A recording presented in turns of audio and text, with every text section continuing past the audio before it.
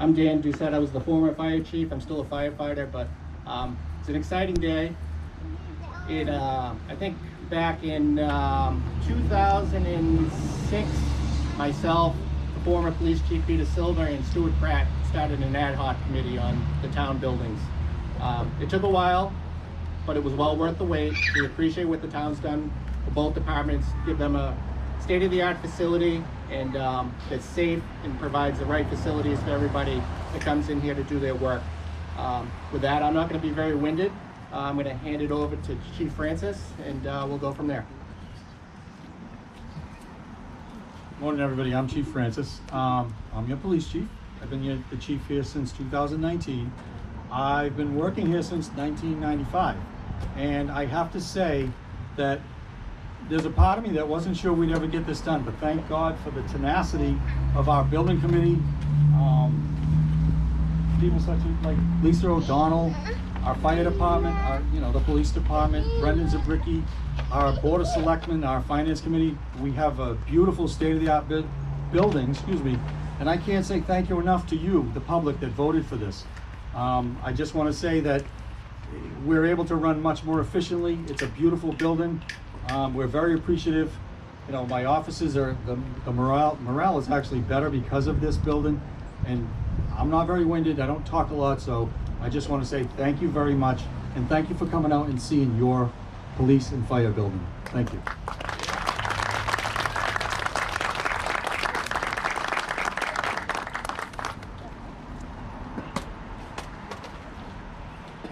Good morning, ladies and gentlemen. For those that don't know me, my name is Ruth Perrine. I'm the chair of the Board of Selectmen here in Essex. I want to thank all of you for joining us today on this beautiful Saturday.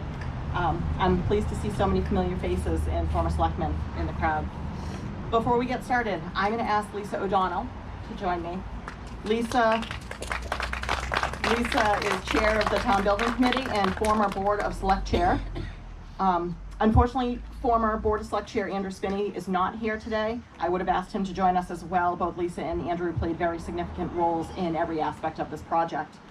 Lisa and I are both honored and relieved to be standing before you today. We thank you for coming to the open house and ceremony and look forward to showing the building to our residents, taxpayers, and neighbors who have supported this vital project all along the way. I'm going to ask Lisa to say a couple of words and then I'm going to finish. Thank you, Ruth. Thanks everyone for coming today. The few words that I'm going to say are thanks to the building committee that worked with me to get this through. I'm going to name them. Dan Doucette, Stuart Pratt, and Peter Levasseur sat on the committee with me since 2019. Wesley Burnham joined shortly after that. Also Paul Francis, Rami Reeder, Danny Bruce, Colleen Enos, Mark McKenna, Charlie Story, and Nat Crosby. They were the members of the building committee that worked with the architects, with the owner, project manager to get this here. Thank you very much, and thank you for the residents for supporting us. Thank you, Lisa. Yeah, that's my grandpa. A grand opening is always cause for celebration. It's a time to reflect on the accomplishments of completing a project. It's taken a long time and lots of hard work by so many people involved with the project to reach this point. Finding the site, preparing the preliminary design, funding the project through town meeting, getting through construction, dotting the I's and crossing the T's. The Memorial Fire Station at 24 Martin Street served the town well, but improvements in firefighting apparatus, equipment, and methods have necessitated an entirely new facility to provide continued service and keep our department members safe. This new safety building brings all emergency services to a fully functioning level with capacity to serve both our fire and police departments for many years to come. Because the site and building serve both departments, the project costs were less than separate facilities would have been, and operation and maintenance will be more efficient. I want to take a moment to recognize several people who worked tirelessly to see this project through completion. Police Chief Paul Francis. Police Sergeant Danny Bruce. Fire Chief Rami Reeder. Former Fire Chief Dan Doucette, who still serves our community as a firefighter. Our Town Administrator Brendan Zabricki, who I don't see in the crowd, but I know he's here. And lastly, retired Police Chief Pete Silva. Our new police and firehouse is a testament to our continued embrace of our past and beloved town's character. The architecture of this building expressed the quaint nature of our rural marsh town, as well as providing the latest technology and safe environment for our first responders in both departments. We are so grateful for their service to our neighborhoods and residents and honor them today for their commitment to protect Essex. I also want to take a moment to thank Robin LaFata. She's the wife of Lieutenant Joe LaFata.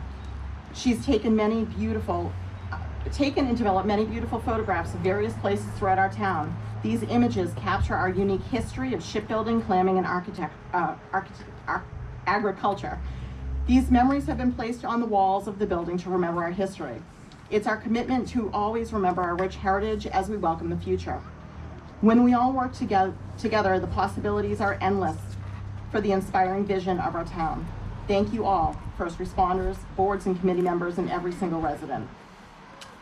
At this time, I would like to ask retired Deputy Chief Ed Perkins, retired firefighter Jerry Muse, and retired firefighter Leonard Woodman to join me.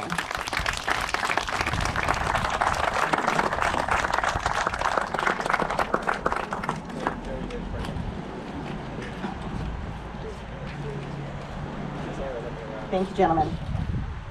Not only were these three men part of the Essex Fire Department, they were also present when the time capsule was built into the cornerstone of the old fire station.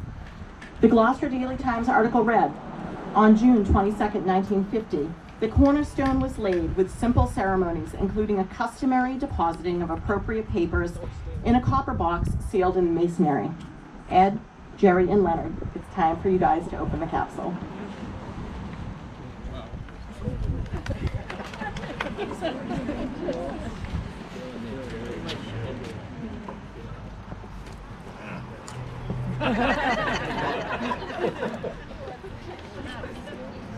Do you want to take things out and tell everyone what you see? Is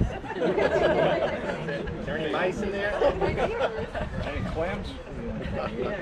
Any baseballs?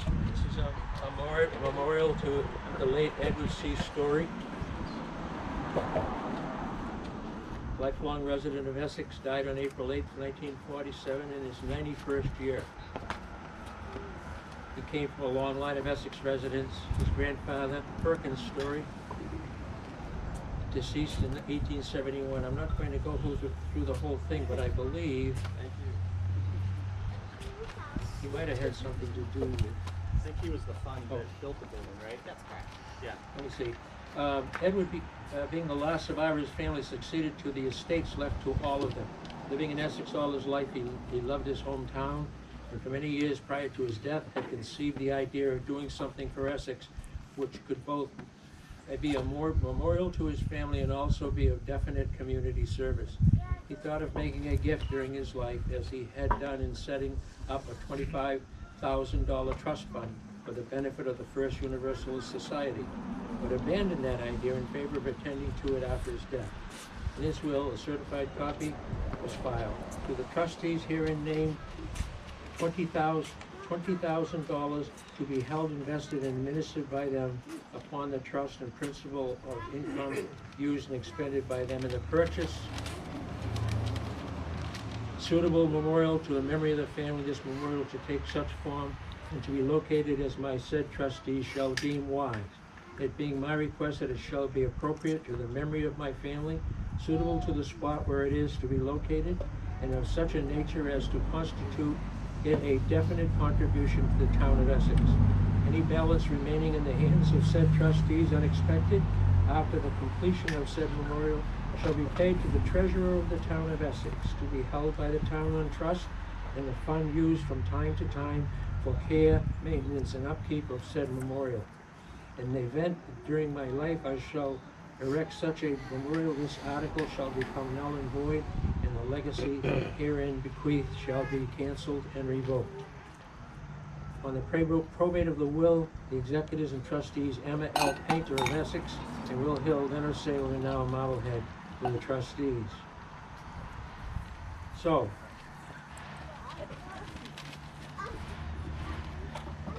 Edward C. Story was the genesis of what we have behind us.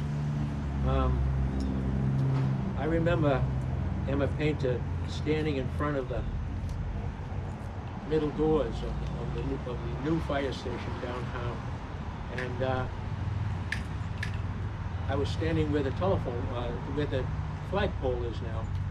And I can see her standing there and with a gift. I don't know what she had in her hand, but it was the $20,000 or the memorial or whatever, and it was dedicated to him at that time. The other thing I remember is this going in, this memory box. And I knew where it was. I'm glad I did. Ed, did you remember where it was? No. I don't remember the box. Jerry? No. Why? Yeah, it was under the 1950s. You want one of these? I don't want to. Original sketches, Essex Memorial Fire Station, June 22nd, 1950. I need some help. I don't want this is old and I don't want to destroy it. Okay, it's carefully wrapped. You know, should wait.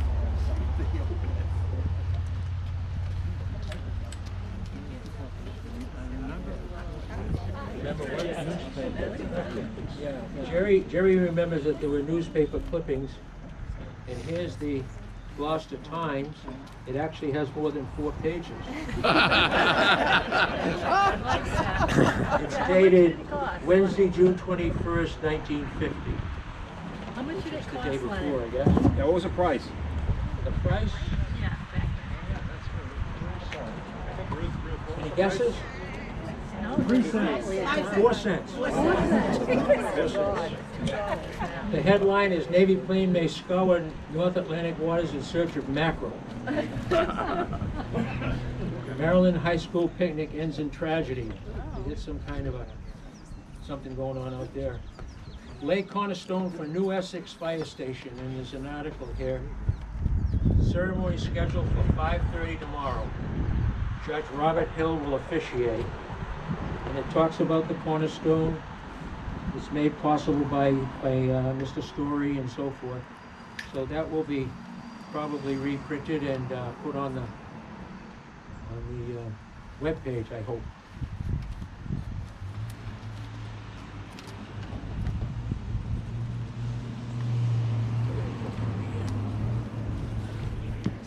Here's some more newspapers.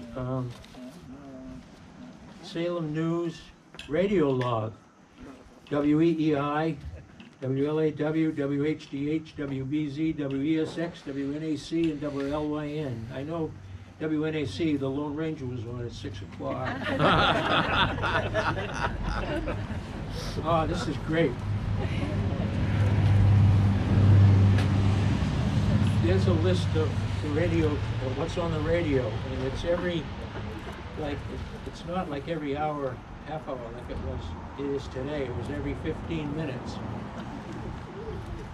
I remember Kate Smith singing When the Moon Comes Over the Mountain every 15. She was on 15 minutes at 4 o'clock in the afternoon on Channel 4. Here's one, Monday, June 19th. The old Essex shipyard threatened by fire. There's a $10,000 blaze in Story boatyard, fought 4 hours by firemen. Yeah, they were quick in those days. They got a place totally burned down, and they took care of it with a hand tub in 4 hours.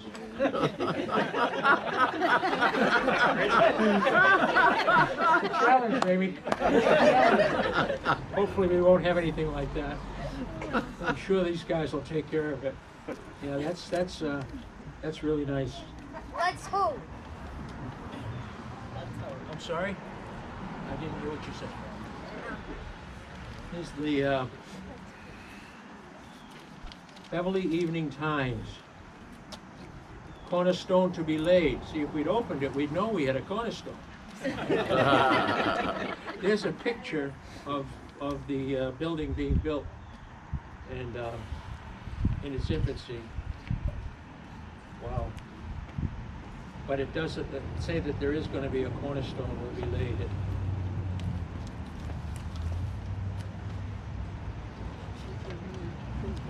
Town reports. 1949 and 1950.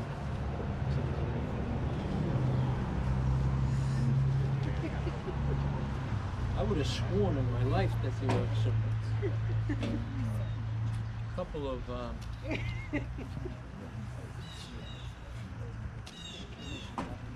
menus from some of the restaurants for the prices. I don't know why I thought that. Here's a letter, annual town meeting of March 6th. With Article 37, to see if the town will vote to ratify and confirm the action of special committee appointed to build a fire station. Edward C. Story, under the terms of which they agreed. Signed by Ernest Lord, town clerk, and it's got a stamp. Appropriate place for that.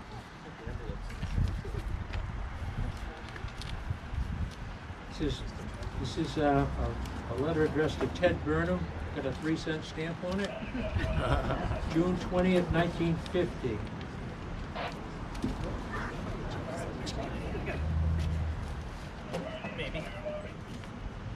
Thank you.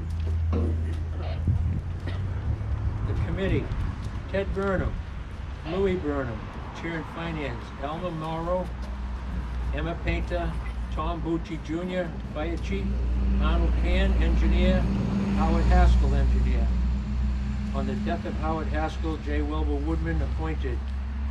On death of J. Wilbur Woodman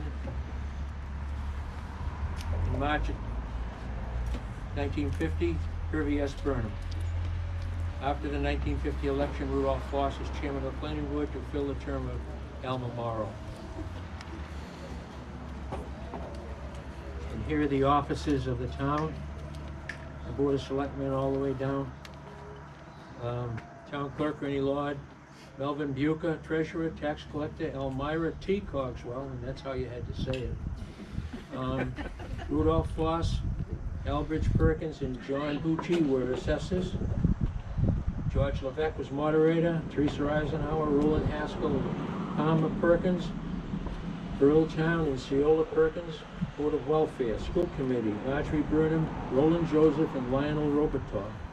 Phnom Point Commissioners, Francis Caldwell, John Ellis, Charlie Unti, Robert Perigo. Water Commissioners, Grover Dodge, John Ellis, Jerome French, and Joey Farnham. Cemetery Commissioners, Ted Burnham, Earl Town, Ed Story, and William Bucci. Constables, Earl Town and Joe Kokonis.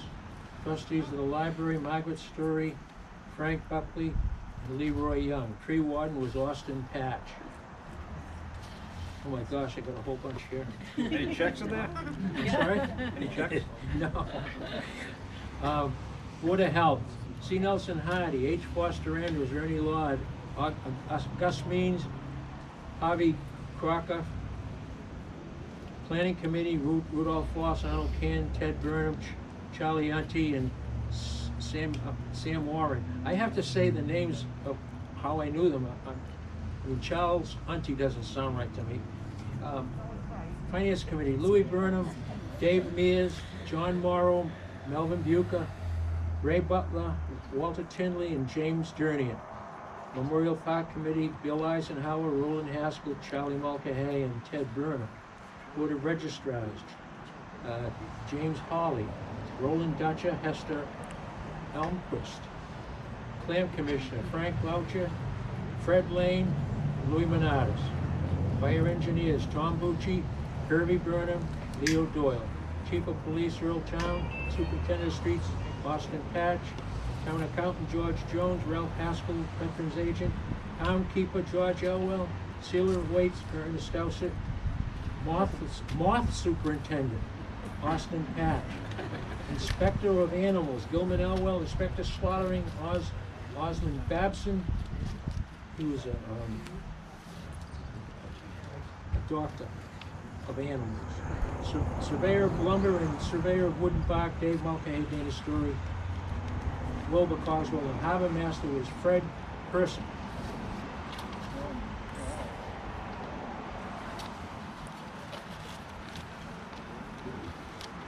This is a picture of Ed Story, Edward C. Story. Ed, E-W-A-R-D. Ed, I'm not sure if it's, yeah, it's Edward. I thought it might be Edwin. It's got a D on the end. Anyway, does anybody recognize him? What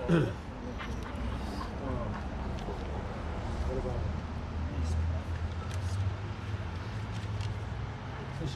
this is a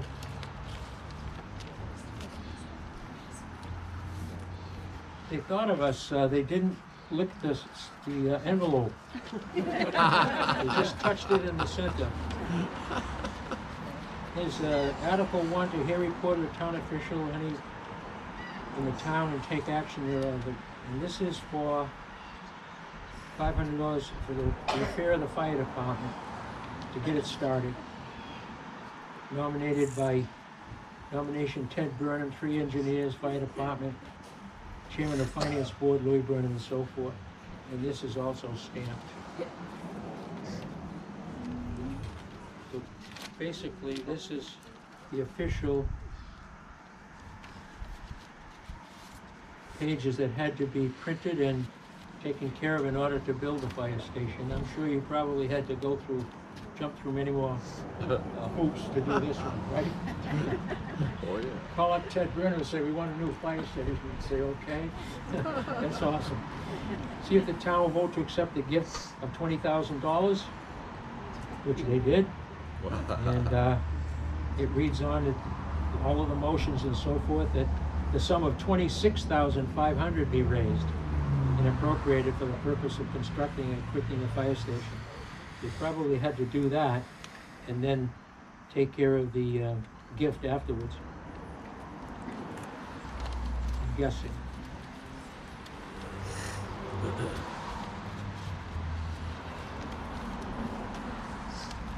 Okay, in this packet here is a list of the architects, the contractor, the subcontractors, copy of the contract, and the description of the building, June 22nd, 1950, for the Cornerstone box. I don't think I have to read these, but here they are. In perfect shape. I mean, there's a little yellow along the edge. Other than that, my goodness. I don't know who the masons were that did that, but they sure made this safe. So anyway, that's the end, right? Yeah. I guess I was wrong. There aren't any menus of the restaurants with fried plant plates for 55 cents.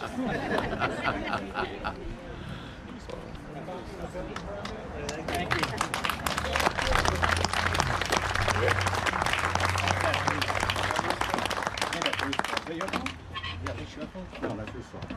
So thank one other group to touch on. Thank you in the crowd, Phil O'Brien from Johnson Roberts Associates, who designed this building. He's over here. I would like to acknowledge Phil. Thank you, Phil. I think the residents and the neighbors are very happy how this fits into the neighborhood. We always tried to work with them, and I think we've done pretty well. And also NV5, who is in here, our project manager, as well as G&R Construction, who was the lead on this. With that, you don't have anything else, do you? Oh, Phil, would you like to speak for a second? You want to say anything? You sure? Thank you very much. Did you put a time cap on in this station? We haven't. Okay. Are you gonna? Have to ask that guy. Shut up. So, anybody that hasn't done the tour, if you proceed down around the back of the building, you'll start at the police level. If you've done the tour and you want to just go back through the building and have a hot dog or a hamburger on the other end, feel free. And thank you for coming.